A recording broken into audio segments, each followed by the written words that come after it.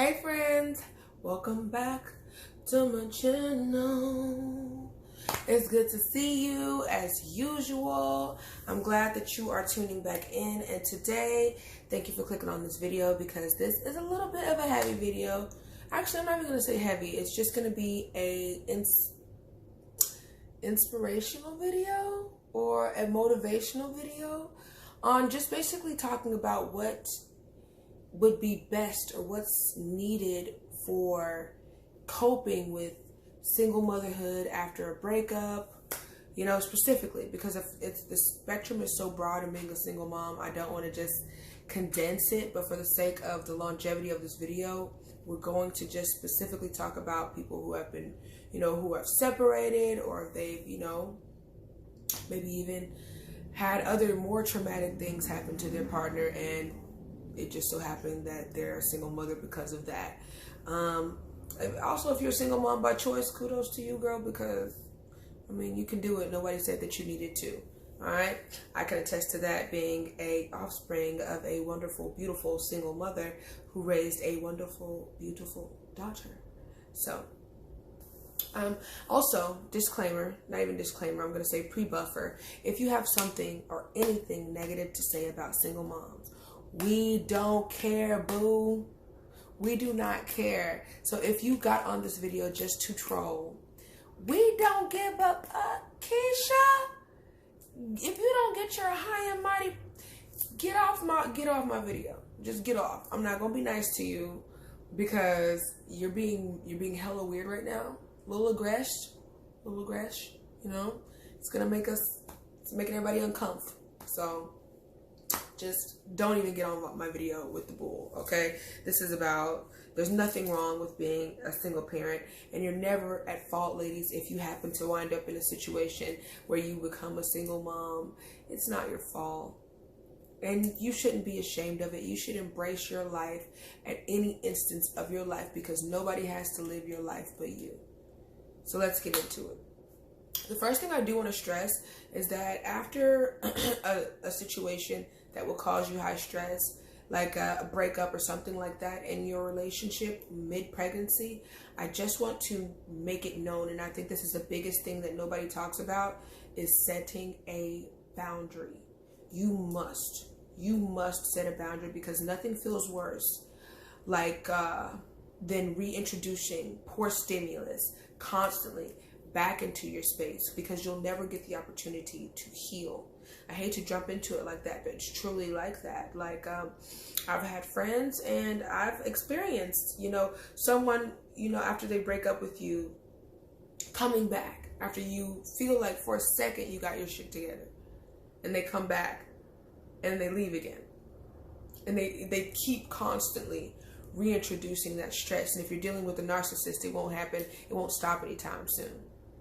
So it's one of those things that you just don't want to give too much way to. You really need to set a boundary. If that means limiting contact, if that means not talking at all, or if that just means saying, no, we're not going to be intimate with one another, then you have to do that. It is essential, because the best time to get prepared for your baby is right now. Mentally, spiritually is right now. What you don't want to do is be damaged or more damaged after you have the baby, because postpartum depression is a thing.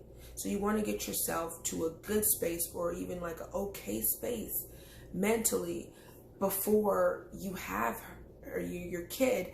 And unfortunately, bringing in old stimulus that's going to make you stressed out is just the worst, one of the worst things you can do. So set a boundary, and also set a boundary for yourself. If you know you have a self-destructive personality, and you know that when you get into a point like this of sadness that you don't like to eat, you make it a point to eat. Fight through it. You make it a point to eat, because you're not just eating for you anymore. You are eating for your child. So make it a point every day to get up and have those 3 meals a day. Even if it's just 3, have them and eat good. Because the kid didn't do anything. And I know it sounds messed up, but the kid didn't do anything. It didn't ask to be here. So we made the decision to have him. Or unfortunately, some people didn't. And if you didn't, I'm sorry. And I'm not trying to make light of your situation. I'm just saying, in this specific scenario, it's just one of those things where you have to do what's best, and you have to keep yourself safe too, because if you're not healthy, the kid's not healthy, and in turn you're way less, you're all screwed up. You have to set a boundary for yourself. If you know there's things that you just don't do and that hurt you on a normal day to day, you have to make it a choice to not do those things, at least while you're pregnant. Not even at least, just don't do them. What am I saying? But while you're pregnant, it's a must. Also, you need to set up time to meditate. You need to set up time to meditate. And it doesn't have to be some really crazy deep stuff. It just needs to be time where you set aside for yourself to just reflect, to decompress, to set a standard for the day, to set your affirmations. All these things can be done in the midst of your meditation. So you take yourself 10 minutes a day, and in that 10 minutes, you set your affirmations and you set your goals for the day, which is another thing. Today, I'm going to get out because I've been depressed. I haven't gotten out all week. Today, I'm getting out. That's an affirmation that you set inside of your meditation. That's essential. You have to wake up every day and you have to get yourself mentally prepared, especially when you're dealing with so much sadness, or you're depressed, or you're lonely. You do have to really get yourself mentally prepared to deal with the day, to know that you still have to go to work. And what I've been doing is I've been just telling myself every day that when I get myself prepared and when I get myself ready, I'm getting myself ready to be a mom. So when I wake up, I eliminate myself and I think about being a mother. So today I woke up, and normally when I'm sad, I want to sleep. Today I woke up today, and today I'm meditating, and I said today I'm going to get out for Caden. For my son, I'm going to get out today. Because I know as a mother, you won't have time to make a decision and say, today I just don't want to be a mom. We don't get the luxury to do that. I know your partner probably, and it sucks to know that someone uses such a disgusting characteristic and just, takes a power that's not even necessarily theirs and just decides to walk out. It sucks. But you just don't get to do it as a mom. You just don't get to do it. So unfortunately, us being strong, we have to pull ourselves up from our bootstraps. For lack of a better word, we got to do it. So you don't get to have a day where you just say, I don't want to take care of my baby today. So apply that same understanding to your day-to-day life. I don't want to get out today, but I'm gonna. I have to. I don't want to work out today, but I'm gonna. I have to. I don't want to eat, but I am going to because I have to, because I'm prepping to be a mother. And that's a job that I have to do too, because your kid is going to depend on you. And when you set yourself aside, and I know it's hard, just set yourself aside a little bit, and you put your baby in the forefront, it makes it a little bit easier to make those decisions, because Lord forbid, there are some people out here and the only thing that's keeping them alive is the fact that they're pregnant. And God bless you. And if you don't believe in God, universe bless you. Whatever you believe in, bless you, because it's hard. And that's a big thing to say. And a lot of people don't want to talk about it because they're going to shame you, or they're going to this, or they're going to that. But if you have a depressive, personality, and you've dealt with suicidal thoughts before, thank God that you're pregnant right now, and that's all that's keeping you alive. And thank God that you're choosing this time to heal yourself. Thank goodness. It's a hard pill to swallow. And you are strong for that, and you are capable, and you are commendable for that, boo. Seriously. Because, like I said, it's tough. So, remember to meditate. Remember to set your affirmations today. Also, remember to set goals just for the month, for the week. Set little goals. Like today, I needed to go shopping and get the rest of my son or daughter's clothes. Or today, I needed to go research on what Lamaze class, I'm sorry about the noise, what Lamaze class I wanted to go into. Today, I needed to sign up for the hospital. There's so many things that can keep you busy. And the more busy you are, the less you think about what you shouldn't be thinking about. Because if that person wanted to be there, they would be there. That person only had 9 months. He or she, whoever you mated with, however you created your child, They had 9 months to do the most minuscule thing, and that's be the support system that every single other person is in your life, and they couldn't do that. And you have to remember that. But through your hurt, and I know it hurts, and I know you feel the betrayal, but through your hurt, you have to think about the logical side of the situation, because honestly, that will save you. At least it works for me. The logical side of the situation for me tells me, do I really want that person around? Do I honestly want that person around? Now, that person couldn't be reliable for 9 months of your life. If you had a friend or an acquaintance, and in the midst of you needing something, you needed $20 one week, and you were just down bad, and they had the $20, but they just didn't want to give it to you. When you get your check and they need that $20, would you give it to them? In fact, would you even speak to them after you got your check? Would they still be your friend? Keep that same energy when it comes to relationships.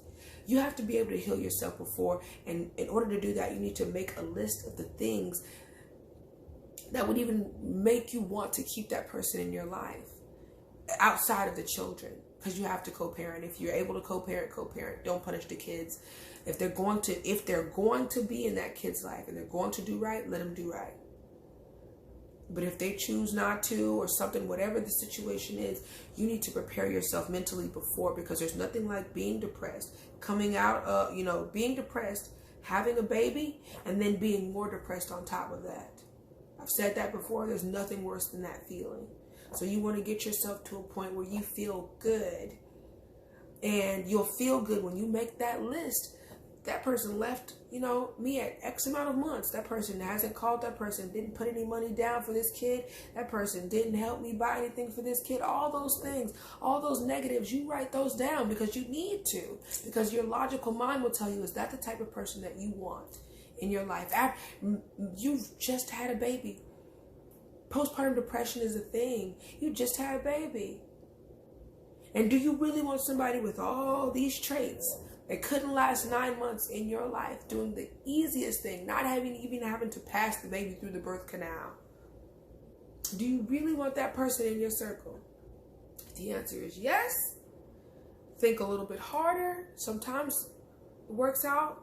I can't judge you. But if the answer is no, hold true to that no. Do not divvy on that no. That no will keep you strong. That no will remind you every time you fall into a pit of sadness about that person, your intellectual mind will remind you that this person has betrayed you. You have given life, you have provided life for this person, and this person has not done right by you. This is not a spiteful thing, this is a logical thing. So why would you need that person around? Create that boundary and keep that boundary under the pretense that that person was not right for you and has done wrong by you, and you must protect your child at all costs.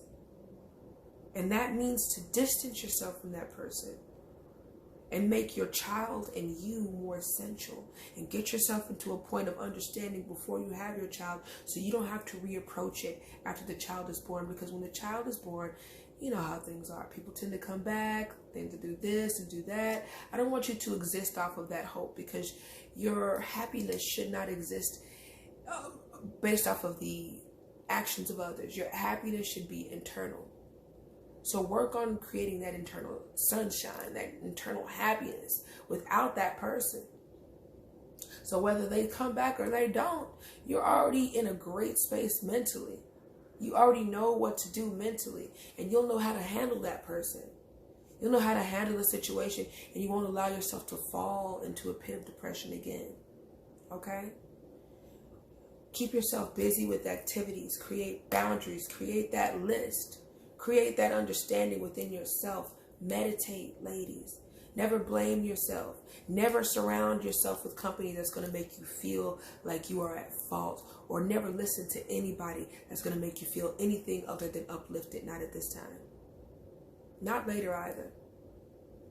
But there's nothing wrong with being in the situation that you're in, except for the person who done it to you. That sounded country, but it's very true. I'm from Texas, so I'm sorry. But there's nothing wrong. There's nothing shameful about being where you are right now. You cannot stay in a pit of sadness. You cannot exist in a pit of depression in the midst of you trying to create life. You are better than that. You are above that, and you are capable. You are capable. So if no one ever told you, if no one has told you, keep your head up. Stay positive. Stay active for your baby. Be okay in life and where you are in life right now. Smile through it. Force that smile. Fake it till you make it, because it'll come. It'll come and it'll be natural. But for right now, do what you need to do to stay happy. Be blessed. You're going to be a great mom, sis.